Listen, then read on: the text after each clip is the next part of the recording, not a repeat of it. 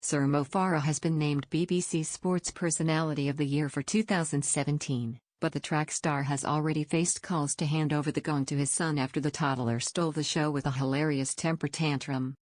Adorable Hussein, seemingly oblivious to the millions of viewers, caused chaos while sitting on his father's lap as the running star tried to give an interview, first pulling off his microphone. The 2-year-old whined and groaned throughout as host Gabby Logan asked Mo Farah about his year in athletics, leaving the British distance runner unable to hear her questions. Farah's stepdaughter Rihanna was forced to drag the youngster off of his father's lap and eventually out of shot, leading him to cry, "No, I want Daddy." Farah could not be in attendance to receive the prize from Liverpool legend Kenny Dalglish at the end of a glittering ceremony at the city's Echo Arena on Sunday night. The 4-time Olympic champion was the third favorite coming into evening, with heavyweight boxing champion Anthony Joshua the bookies tip, but finally won the gong after a previous best finish of third in 2011. Farah, who claimed a third consecutive World 10,000 meters title in London in August, was among 4 of the 12 nominees not present in Liverpool, which suggested he did not fancy his 33-1 odds. On a night of surprises, Northern Ireland's World Superbikes champion Jonathan Rea finished second and para-athlete Johnny Peacock was third, earning just 18 votes more than Joshua. In a subsequent interview on BBC Radio 5 Live, he said, "I didn't see this coming, I thought I wasn't going to win it. You look at this year and Johnny Peacock, Anthony Joshua, Lewis Hamilton, it's been incredible. When you see that list and put yourself in there, you think, I might finish top 3, maybe." After London 2012 was the closest I thought I had come to winning Sports Personality of the Year, but I didn't win it then? It means the world to me. Farah, who also won 5,000 meters silver at the World Championships, received his knighthood from a queen in November.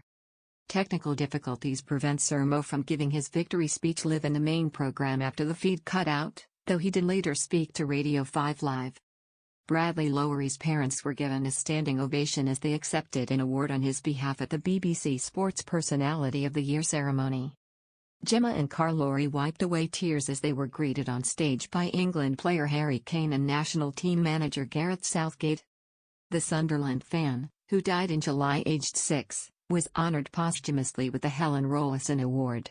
His emotional parents looked on as a crowd of sporting heroes and celebrities stood and applauded.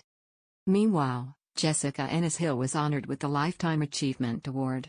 The London 2012 Olympic heptathlon champion and Rio 2016 silver medalist retired from athletics in 2016. She was handed her gold medal from the 2011 World Championships earlier this year after the original winner, Russian drugs cheat Tatyana Chernova, was stripped of her crown. That meant her World Championships tally moved to 3 golds, and she said she was incredibly proud of her career and thanked her coach Doni Minichiello, support staff, family and husband Andy. England and Manchester City's Under-17 World Cup winner Phil Foden was named Young Sports Personality of the Year. The 17-year-old was voted player of the tournament in India and scored 2 goals in the 5-2 win over Spain in the final. He has since gone on to make his Premier League and Champions League debuts this season under Pep Guardiola. Foden was on a final shortlist of 3 for the award, beating gymnast Ellie Downey and para-skier Millie Knight.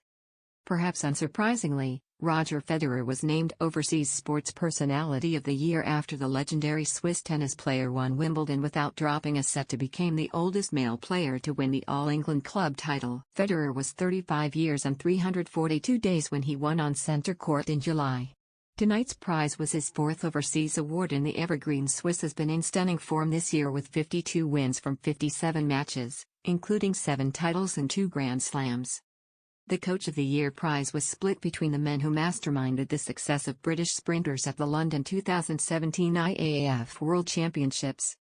Bengt Blomqvist, Stephen Maguire and Christian Malcolm guided the British men's 4x100m team to gold as all 4 of Britain's relay teams won medals at this summer's event. Team of the Year went to the England women's cricket team following their dramatic World Cup victory this summer. Bradley Lowery was honoured posthumously with the Helen Rollason Award during the ceremony. Parents of the Sunderland fan, who died in July aged 6, were presented with the award on stage at Sunday night's ceremony. Lowery suffered from neuroblastoma, a rare type of cancer, from the age of 18 months and captured hearts across the sporting world during a number of appearances as a mascot. He struck up a close friendship with former Sunderland striker Jermaine Defoe, and the pair led out England at Wembley for a World Cup qualifier against Lithuania in March.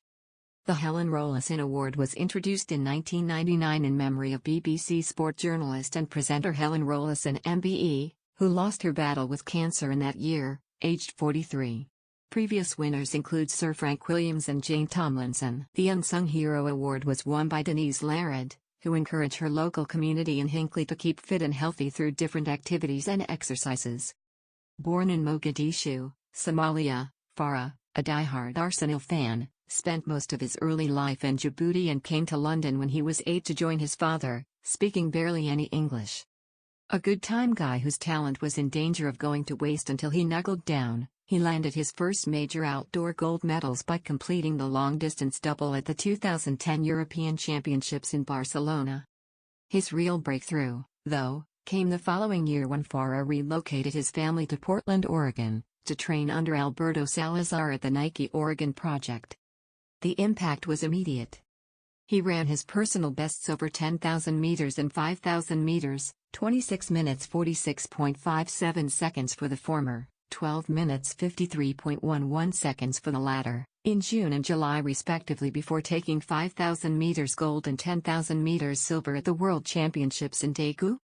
Farah could not hide his disappointment at missing out in the 10,000 meters, to an athlete, Ethiopian Ibrahim Gilan, he had never even heard of, but it was not to be an emotion he would grow used to. London 2012 brought him double gold, the third of 3 British victories within an hour at the Olympic Stadium on Super Saturday.